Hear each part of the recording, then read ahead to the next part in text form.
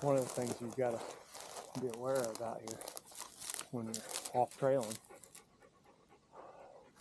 a lot of this kind of desert area starts looking very similar, especially when you're not from around here. So you've got to really pay attention to your landmarks. And when you leave at first light, those landmarks start changing as light comes up. So I keep looking over my shoulder back to where we came from to make sure I've got in my head what my starting point looks like. And you can kind of see, if you look back there, actually, that's where we came out. And it looks totally different now than when we first dropped in. So just got to keep that in my mind, make sure I keep track of that. But we'll get walking again.